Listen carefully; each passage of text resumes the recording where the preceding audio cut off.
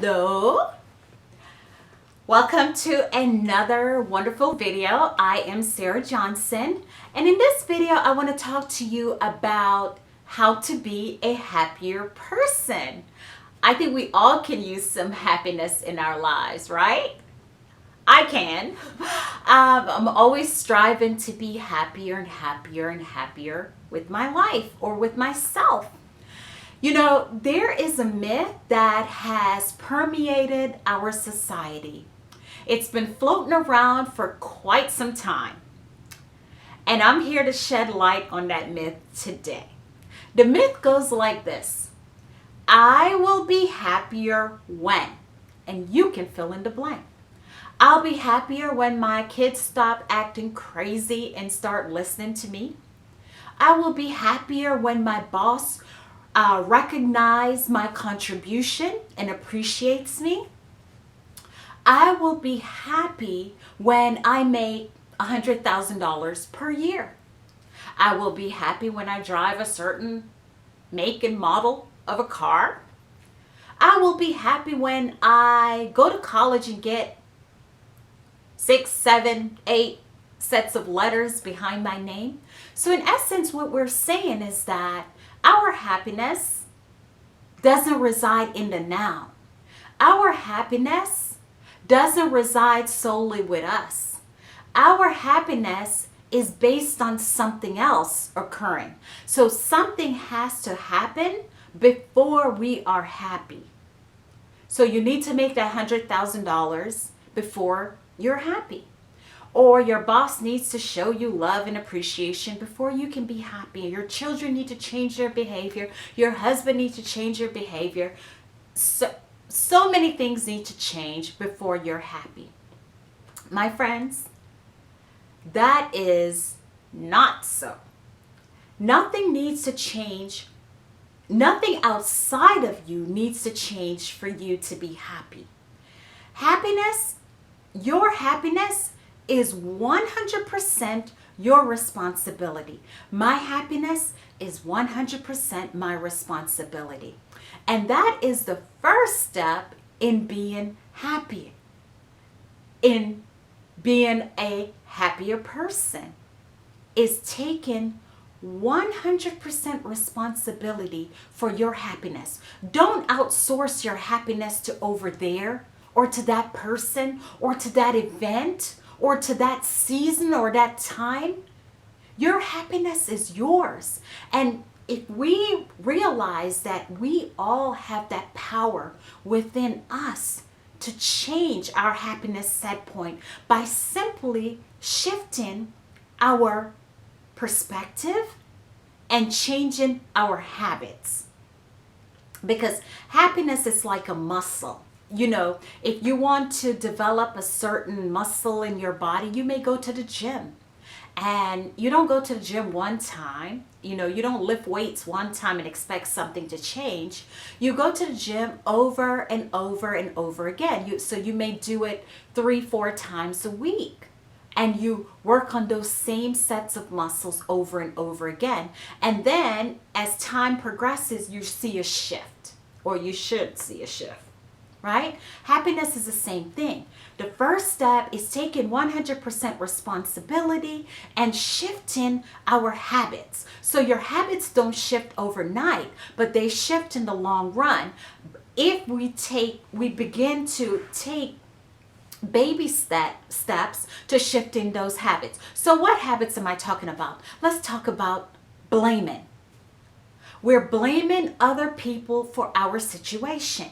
Now, that doesn't lead to happiness. I know you don't believe that leads to happiness. No, it doesn't, right? When we're blaming someone, we become the victim. And again, that person needs to do something in order for us to feel a certain way. So blaming doesn't help. And sometimes we're blaming ourselves. We made a mistake 5 years ago and we're still blaming ourselves. We made a mistake yesterday, even though yesterday is over and we're on to a new day and we have the opportunity to shift or to make new choices. We're still harping on yesterday. So we have to change that habit. The other one is complaining. So blaming sister. complaining. We have to shift that as well. That's a habit that siphons off our happiness. It keeps us stuck. It keeps us in a victim state.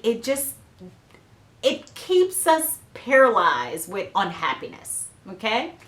So complaining and blaming, we need to demolish those. We need to break out of that trance of complaining, that trance of blaming, and shift our perspective to one of appreciation, no matter what it is that's happening in our lives.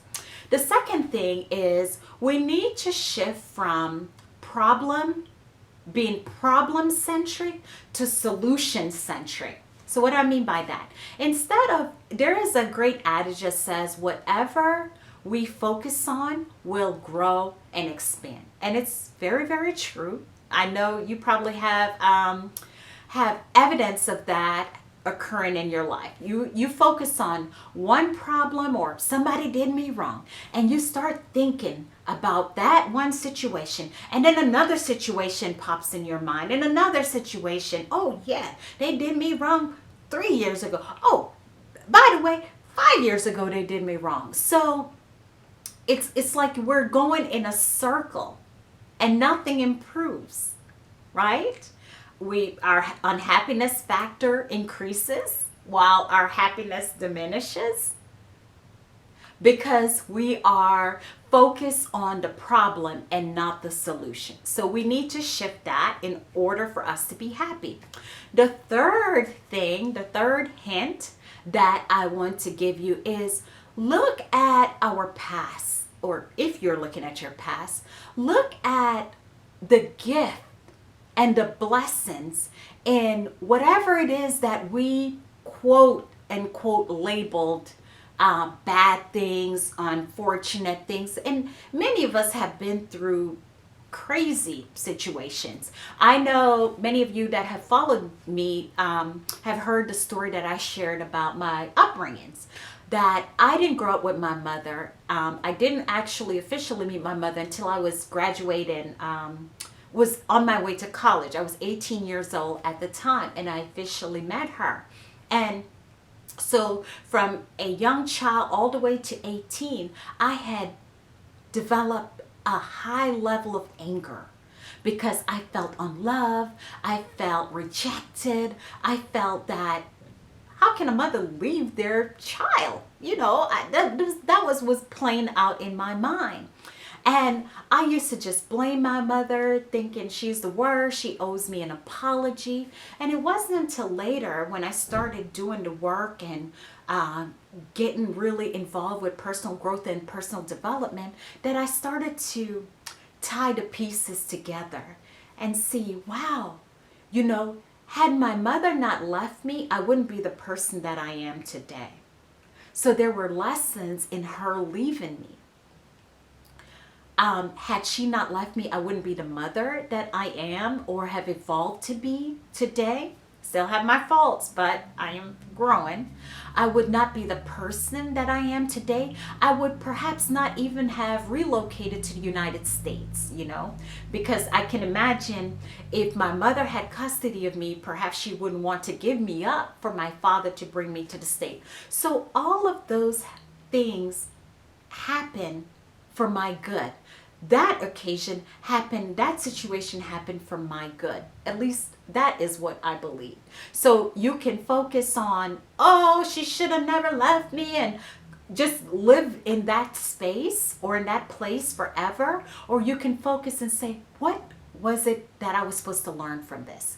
What are the gifts that emerge from that situation? So those are just a few things that can help you be a happier person. And you don't have to work with all of them. Just select one thing, you know. First of all, take ownership of your happiness, and then think of solutions. Instead of focusing on the problems, as you go through your day to day and you recognize a problem, immediately switch it to a solution. Okay?